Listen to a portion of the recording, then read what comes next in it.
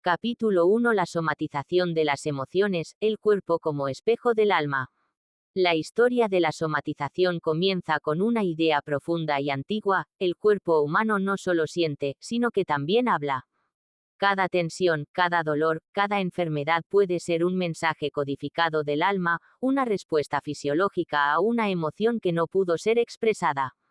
1. Los primeros hallazgos, el cuerpo emocional. A comienzos del siglo XX, el neurólogo austriaco Sigmund Freud y su colaborador Joseph Breuer publicaron en 1895 estudios sobre la histeria.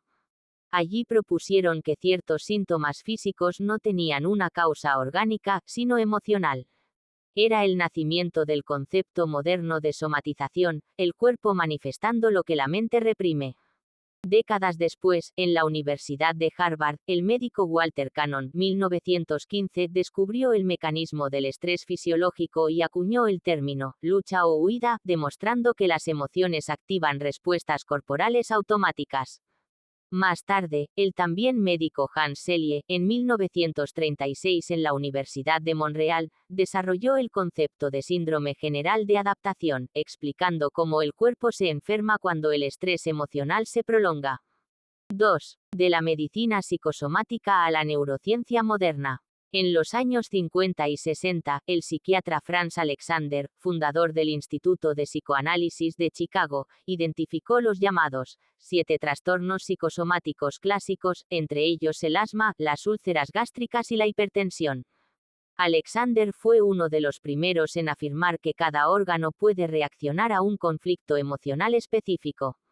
En la Unión Soviética, científicos como Ivan Pavlov, Premio Nobel de Fisiología en 1904, y sus discípulos, entre ellos Alexander Luria y Lev Vygotsky, exploraron cómo el sistema nervioso central integra emociones, lenguaje y conducta corporal.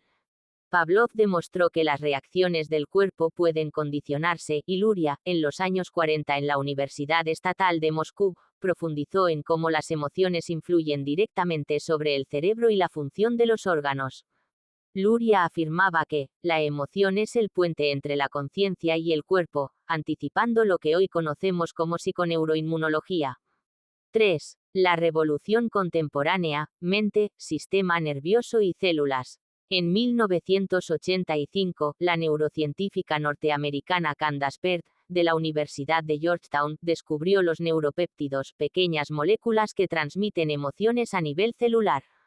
Pert llamó a estos mensajeros químicos las moléculas de la emoción, demostrando que el cuerpo entero piensa y siente, no solo el cerebro.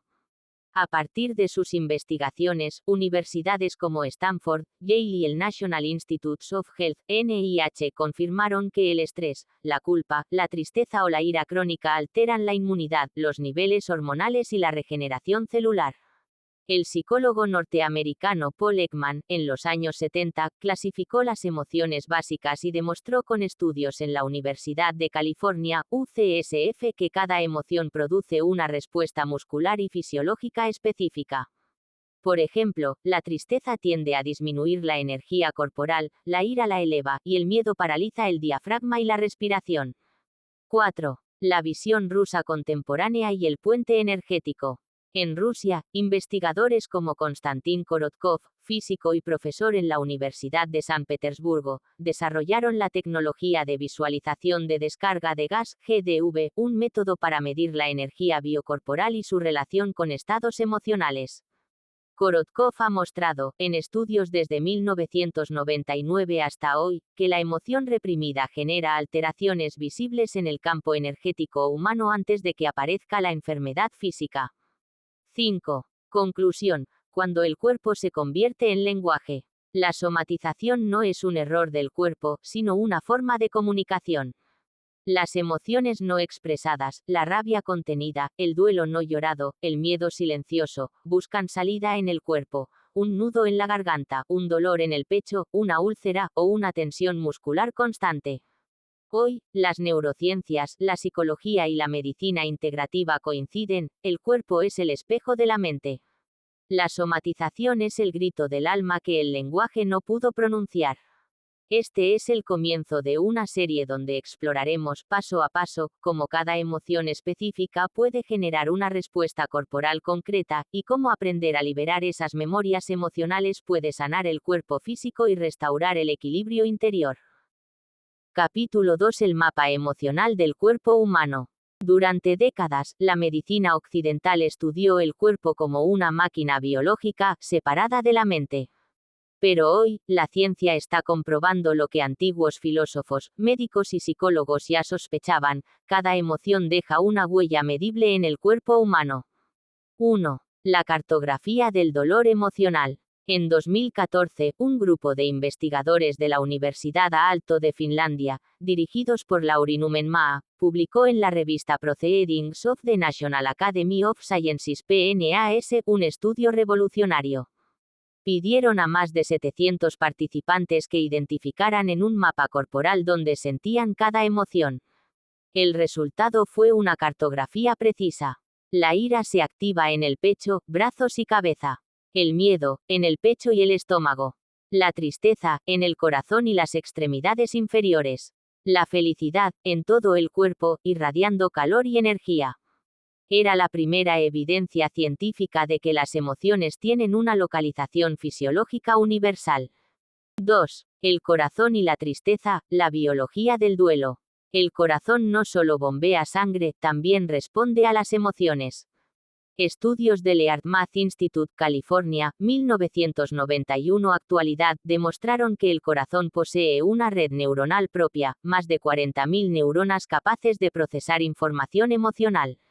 La cardióloga Elizabeth Mostovsky, de la Harvard Medical School, descubrió en 2012 que el riesgo de sufrir un infarto aumenta 21 veces durante las primeras 24 horas después de la pérdida de un ser querido.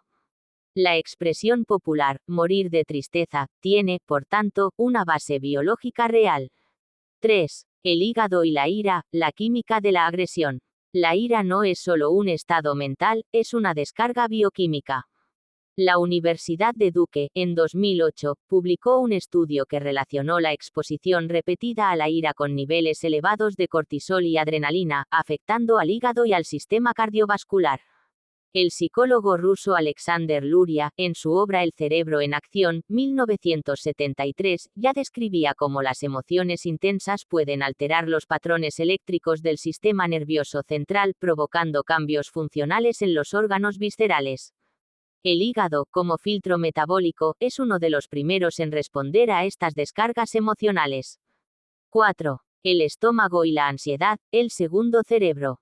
En los años 90, el neurocientífico norteamericano Michael Gerson, de la Universidad de Columbia, acuñó el término, el segundo cerebro, para describir el sistema nervioso entérico, más de 100 millones de neuronas en el intestino, directamente conectadas con el cerebro a través del nervio vago. Cuando sentimos ansiedad, ese cerebro abdominal responde con alteraciones digestivas, gastritis, colon irritable, náuseas o pérdida de apetito. Estudios recientes del NIH y la Universidad de California en Los Ángeles, UCLA, muestran que la microbiota intestinal cambia ante el estrés prolongado, afectando el estado de ánimo, la inmunidad y la energía.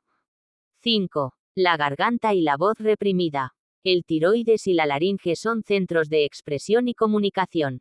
En 2018, una investigación de la Universidad de Pittsburgh demostró que el estrés emocional sostenido altera la liberación de hormonas tiroideas, afectando el metabolismo y la energía corporal. Cuando las personas reprimen su voz, no dicen lo que sienten, callan por miedo o culpa, el cuerpo lo registra, la voz tiembla, la garganta se cierra y el sistema endocrino responde con fatiga, frío o apatía. La psicología somática denomina a esto bloqueo expresivo. 6. La piel y la vergüenza, el órgano emocional más grande. La piel es el espejo inmediato de nuestras emociones. El dermatólogo Richard G. Fryed, de la Universidad de Pensilvania, ha documentado que el estrés, la culpa y la vergüenza aumentan los brotes de psoriasis, acné o eczema. Cada emoción modifica la microcirculación cutánea, la oxigenación y la temperatura superficial. Por eso, ruborizarse, palidecer o sentir escalofríos no son metáforas, sino respuestas neurológicas reales. 7. Un cuerpo que recuerda. La psicóloga norteamericana Bessel van der Kolk, en su obra The Body Keeps the Score 2014, demostró que las experiencias traumáticas no se olvidan, se almacenan en la red neuronal y muscular del cuerpo. La rigidez en los hombros, la presión en el pecho o los espasmos musculares pueden ser huellas de memorias emocionales no integradas. La neurociencia llama a esto memoria somática. 8. Conclusión. Leer el cuerpo como un lenguaje. Cada órgano traduce emociones específicas. El corazón sufre con el amor perdido. El hígado se inflama con la rabia contenida. El estómago se contrae con la preocupación. La garganta se cierra con la palabra reprimida. Y la piel revela lo que el alma no puede esconder. Comprender este mapa emocional no es un acto de superstición, sino de ciencia. Porque hoy sabemos con evidencia experimental que las emociones moldean la biología y que la salud emocional es la base de la salud física. Este conocimiento nos invita a escuchar el cuerpo, no como una máquina, sino como un mensajero. Un mensajero que habla el lenguaje silencioso de la emoción humana. Capítulo 3. La verdad del libro, la enfermedad como camino.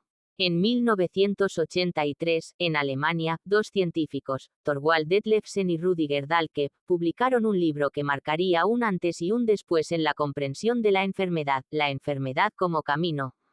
Su propuesta fue tan audaz como reveladora: la enfermedad no es un error del cuerpo, sino un mensaje del alma. 1. Los autores y su formación científica. Thorvald Detlefsen, 1946 a 2010, fue un psicólogo y filósofo alemán formado en la Universidad de Múnich. Estudió psicología profunda, simbología y parapsicología en un contexto académico influenciado por Carl Gustav Jung, el creador de la psicología analítica. Detlefsen integró el pensamiento junguiano, la idea del inconsciente colectivo y los arquetipos, con las observaciones clínicas de pacientes que enfermaban después de crisis emocionales no resueltas. Su colaborador, Dr. Rüdiger Dahlke, nacido en 1951, médico graduado en la Universidad de Múnich con especialización en medicina psicosomática y psicoterapia, aportó la base médica al libro. Dahlke estudió también medicina holística, ayuno terapéutico y psicología humanista, influenciado por los trabajos del médico suizo Carl Simonton, Universidad de Stanford, pionero en el tratamiento emocional del cáncer. 2. La tesis central, la enfermedad como símbolo. El libro sostiene una idea fundamental. Toda enfermedad es un símbolo, muestra aquello que el ser humano ha rechazado de sí mismo. Desde esta perspectiva, el cuerpo no enferma por azar, sino para revelar un conflicto interior que la mente no quiso reconocer. Según Detlefsen y Dahlke, el síntoma físico actúa como un espejo simbólico del problema espiritual o emocional oculto.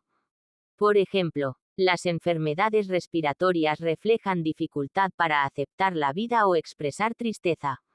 Los trastornos digestivos se relacionan con la incapacidad de digerir experiencias o emociones. Las enfermedades tiroideas expresan bloqueo en la comunicación o represión de la autoexpresión. Las úlceras simbolizan conflictos de agresividad contenida. El cáncer, la desconexión del propio sentido vital y la autoagresión interior. 3. Fundamentos psicológicos y científicos del enfoque. Aunque su lenguaje parece simbólico, la base de Detlefsen y Dahlke está anclada en tres corrientes científicas reconocidas. 1. Psicología analítica de Carl Jung, 1875 a 1961. Jung, psiquiatra suizo formado en la Universidad de Basilea, demostró que el inconsciente proyecta contenidos reprimidos en el cuerpo y en la vida cotidiana. Su concepto de sombra, todo lo que negamos de nosotros mismos, es clave para comprender el origen simbólico de los síntomas. 2. Medicina psicosomática alemana, Franz Alexander, Georg Grodek. En los años 1930 a 1950, estos médicos estudiaron cómo el cuerpo traduce conflictos psíquicos en síntomas físicos. Grodek, considerado el padre del psicoanálisis médico, decía: no tenemos enfermedades, las enfermedades nos tienen a nosotros. Detlefsen retomó esta línea para afirmar que el síntoma es una forma de autoconocimiento. 3. Neurociencia y biología del estrés, Hans Selye, Walter Cannon. Ambos científicos demostraron en el siglo XX que las emociones activan mecanismos fisiológicos capaces de alterar órganos, inmunidad y metabolismo. La enfermedad como camino reinterpreta estos hallazgos desde una óptica simbólica. El estrés no solo daña el cuerpo, sino que revela que parte del alma no está en armonía. 4. La verdad detrás del mensaje, de lo físico a lo trascendente. A diferencia de la medicina convencional que busca eliminar el síntoma, Detlefsen y Dahlke invitan a dialogar con él. Dicen que curar no es suprimir, sino comprender el significado profundo de la enfermedad. Cada dolencia contiene un aprendizaje. El cáncer puede enseñar sobre el amor propio, la gripe, sobre la necesidad de pausa, el dolor, sobre el límite que no se respeta. El médico Rüdiger Dahlke, en sus seminarios de medicina psicosomática en el Centro de Formación en Tuching, Alemania, explica que la sanación surge cuando el individuo integra la sombra, aquello que rechazó de sí, y reconoce la enfermedad como parte del proceso evolutivo del alma.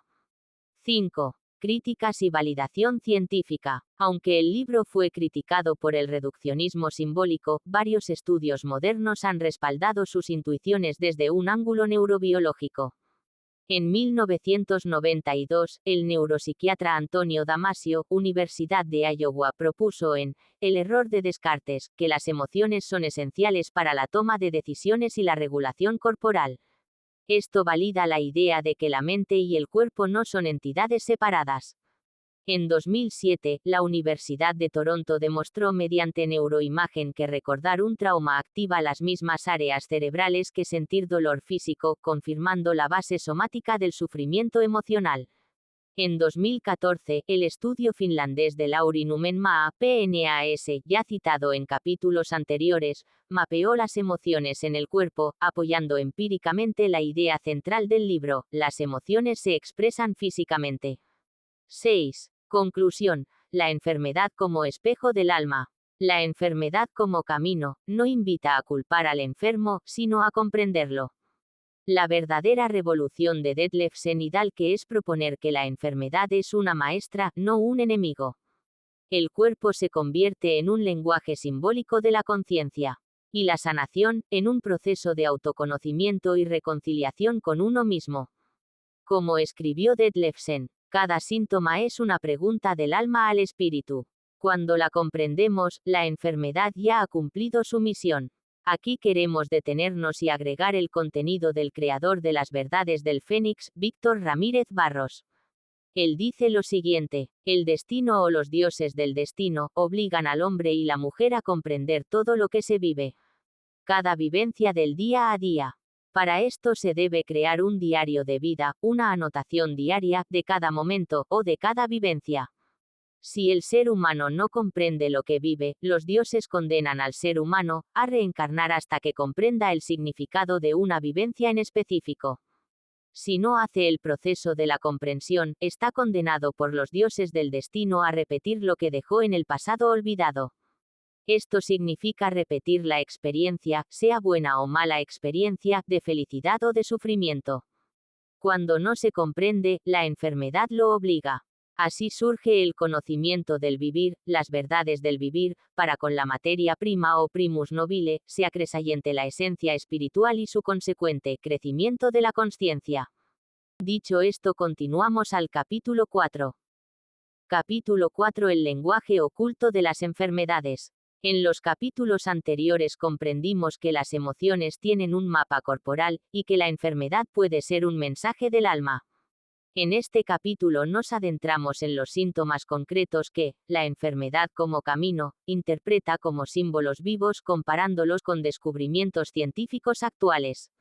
1. El cáncer, la autoagresión silenciosa. En La enfermedad como camino, Thorvald Detlefsen y Rüdiger Dahlke describen el cáncer como una rebelión interna, donde el cuerpo ataca a sus propias células porque el individuo ha dejado de reconocerse a sí mismo.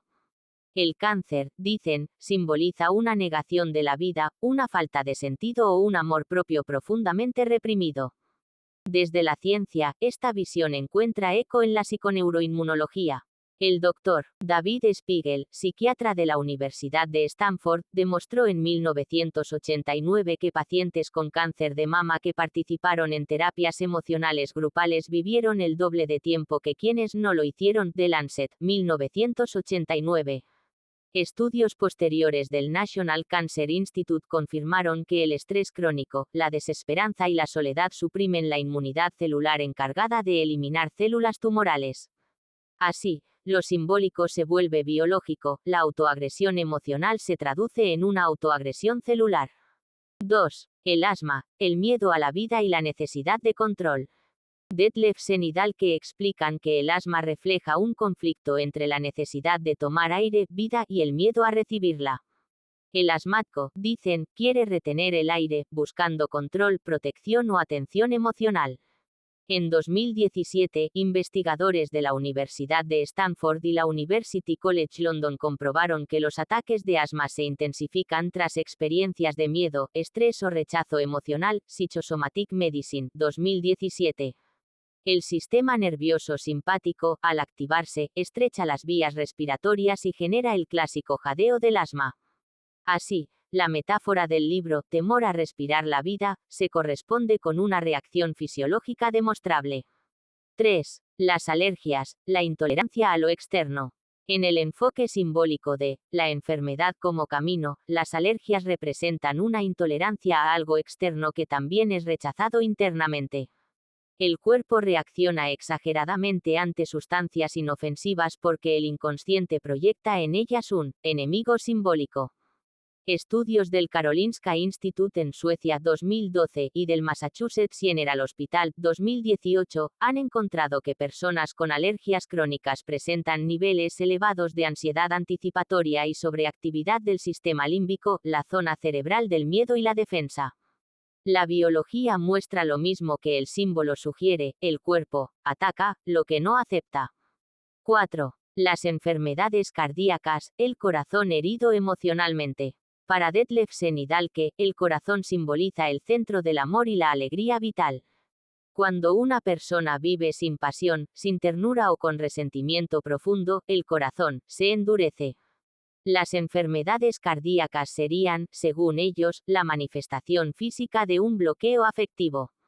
La ciencia actual respalda esta correlación. La Harvard Medical School y la American Heart Association han documentado desde 2010 el fenómeno conocido como síndrome del corazón roto, Takotsubo cardiomyopathy, una insuficiencia cardíaca temporal provocada por la pérdida emocional o el shock afectivo. Los niveles de adrenalina se disparan y el corazón se paraliza momentáneamente. El dolor del alma se convierte en un espasmo del corazón. 5. La diabetes, el amor no digerido. En el simbolismo del libro, la diabetes representa la incapacidad de asimilar la dulzura de la vida. El diabético anhela amor, pero teme recibirlo, busca control y seguridad más que placer. El cuerpo, al no poder metabolizar la glucosa, refleja ese desequilibrio emocional. El doctor Richard Davidson, neurocientífico de la Universidad de Wisconsin-Madison, descubrió en 2010 que la tristeza crónica y la represión emocional alteran los niveles de cortisol y resistencia a la insulina, favoreciendo el desarrollo de diabetes tipo 2. El cuerpo, literalmente, pierde la capacidad de procesar lo dulce. 6. La tiroides, expresión y represión. Según Detlefsen y Dahlke, los trastornos de la glándula tiroides aparecen cuando la persona calla lo que debería expresar. La energía creativa se bloquea y el metabolismo, la transformación vital, se ralentiza. La Universidad de Pittsburgh 2018 y el Journal of Psychosomatic Research han mostrado que el estrés emocional sostenido altera el eje hipotálamo-hipófisis-tiroides provocando hipotiroidismo funcional. El cuerpo, simbólicamente, se apaga, para no tener que actuar o hablar. 7. El significado profundo, de la biología al alma. La enfermedad como camino, no busca reemplazar la medicina, sino complementarla. Detlefsen y Dahlke invitan a mirar más allá de la fisiología, hacia el mensaje interior de cada síntoma. El dolor, dicen, no es castigo, sino una señal de crecimiento. Como escribió Detlefsen, El síntoma es la llave hacia el conocimiento de uno mismo, negar el síntoma es cerrar la puerta al alma. Y la ciencia moderna, poco a poco, le da la razón. Cada emoción tiene su correlato bioquímico, cada pensamiento deja huella neuronal y cada conflicto interno puede reflejarse en la salud del cuerpo. Conclusión: el cuerpo no se equivoca. Cada síntoma es una conversación interrumpida entre el alma y la mente. Y cuando aprendemos a escuchar, la enfermedad deja de ser sufrimiento y se convierte en una guía hacia la verdad interior. Capítulo 5: Liberación emocional y autosanación. Si en los capítulos anteriores descubrimos que las enfermedades son mensajes del alma y que cada síntoma refleja emociones reprimidas, hoy exploraremos cómo podemos escucharlas y liberar esas energías para favorecer la sanación. 1. La base científica: cuerpo y mente integrados. La medicina moderna confirma lo que Detlefsen y Dahlke intuían. Bessel van der Kolk, The Body Keeps the Score, 2014. Demostró que los traumas se almacenan en el cuerpo, no solo en la memoria consciente, y que el movimiento, la respiración y la conciencia corporal ayudan a liberar tensiones. Candace Pert, Georgetown University, 1985 a 1997, mostró que los neuropéptidos transportan emociones a cada célula, revelando que la emoción no se queda en la mente, sino que se distribuye por todo el cuerpo. La psiconeuroinmunología confirma que la regulación emocional puede reforzar la inmunidad y acelerar la recuperación de enfermedades físicas y crónicas. 2. Respiración consciente, el puente hacia la autosanación. Los estudios de la Universidad de Stanford y la Harvard Medical School muestran que técnicas de respiración profunda y controlada reducen cortisol y adrenalina, disminuyendo el estrés crónico. Activan el sistema nervioso parasimpático, responsable de la relajación y reparación celular. Mejoran la oxigenación del cerebro y del sistema inmunitario. Ejemplo práctico: respiración diafragmática, inhalar contando hasta 4, sostener 2, exhalar contando 6. Este simple patrón libera bloqueos emocionales alojados en pecho y abdomen, zonas comunes de tristeza y miedo. 3. Movimiento y liberación somática. El psicólogo Peter Levine, Somatic Experiencing, 1977 a 2020, desarrolló un método basado en la observación de animales heridos que liberan trauma sin quedarse atrapados en él. Movimientos simples, sacudidas, estiramientos, torsiones suaves, ayudan al cuerpo a descargar emociones contenidas. La ciencia demuestra que las tensiones musculares crónicas reflejan memorias emocionales no integradas. Van der Kolk, 2014. Ejemplo práctico: balanceo suave de brazos, estiramiento de columna y respiración profunda sincronizada. 4. Neuroplasticidad y reprogramación emocional. Los avances en neurociencia demuestran que el cerebro es plástico, puede reorganizarse frente a nuevas experiencias y aprendizajes. Richard Davidson, Universidad de Wisconsin, 2010, mostró que la meditación consciente aumenta la actividad en áreas del cerebro asociadas con emociones positivas y regula la amígdala, reduciendo estrés y ansiedad. EMDR en sus siglas abreviadas en idioma inglés. Eye Movement Desensitization and Reprocessing, que significa desensibilización y reprocesamiento por movimientos oculares. Usado para trauma, activa la reconexión entre hemisferios cerebrales y disuelve bloqueos emocionales, confirmando que los recuerdos dolorosos pueden integrarse sin generar enfermedad física. 5. Terapia y conciencia emocional. Detlefsen y Dahlke subrayan la importancia de dialogar con el síntoma, no suprimirlo. 1. Observar la enfermedad, qué emoción puede estar detrás del síntoma. 2. Expresarla con palabras, escritura o arte. 3. Reconocer el conflicto interno sin juzgarlo. 4. Transformarlo en aprendizaje consciente. Estudios de Harvard Medical School y la University of California, San Francisco muestran que pacientes con conciencia emocional activa mejoran significativamente la recuperación de enfermedades crónicas y reducen recaídas. 6. Integración, cuerpo, mente y alma. La autosanación es un proceso integrador. Cuerpo: liberar tensiones y bloqueos físicos. Mente: reconocer patrones de pensamiento y emoción. Alma: comprender el mensaje de la enfermedad y reorientar la vida hacia la autenticidad. Como dice Dahlke, la enfermedad no se combate, se comprende y se transita. Entonces, el cuerpo deja de gritar y comienza a restaurarse por sí mismo. 7. Conclusión. El mensaje final de la enfermedad como camino, reforzado por la ciencia moderna, es poderoso. La sanación real comienza cuando escuchamos el cuerpo, sentimos las emociones y transformamos nuestro interior. Cada respiración consciente, cada movimiento liberador y cada reflexión emocional es un paso hacia la autosanación integral, donde cuerpo, mente y alma se reconcilian. Finalmente agregaremos la reflexión del creador de las verdades del Fénix, Víctor Ramírez Barros. Dice lo siguiente: debemos saber que tenemos un alma y un espíritu. No son lo mismo. El alma es un conjunto de esencias dada por la Madre Universal hiperconsciente de la natura cósmica. Cada una de estas esencias tiene una consciencia elemental, donde expresa su verdad. Se corresponde con el contexto de la realidad del universo. Cada una en sus composiciones. El alma conoce todos los elementos tantos químicos, beneficiosos y no beneficiosos. El alma está enraizada en todos los mundos y universos conocidos y desconocidos. El alma conoce todos los secretos de la matriz o matrix. El alma conoce todas las formas de todas las cosas y de todos los seres vivos.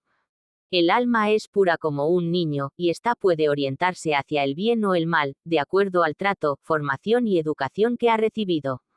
La perversión o su contaminación va a ir dependiendo de lo que ella, el alma, crea o se le inculque o programe. El error, la ignorancia y su influencia mágica, sea del bien o del mal, enferman o sanan el cuerpo físico. El conflicto en el alma es la que genera la enfermedad.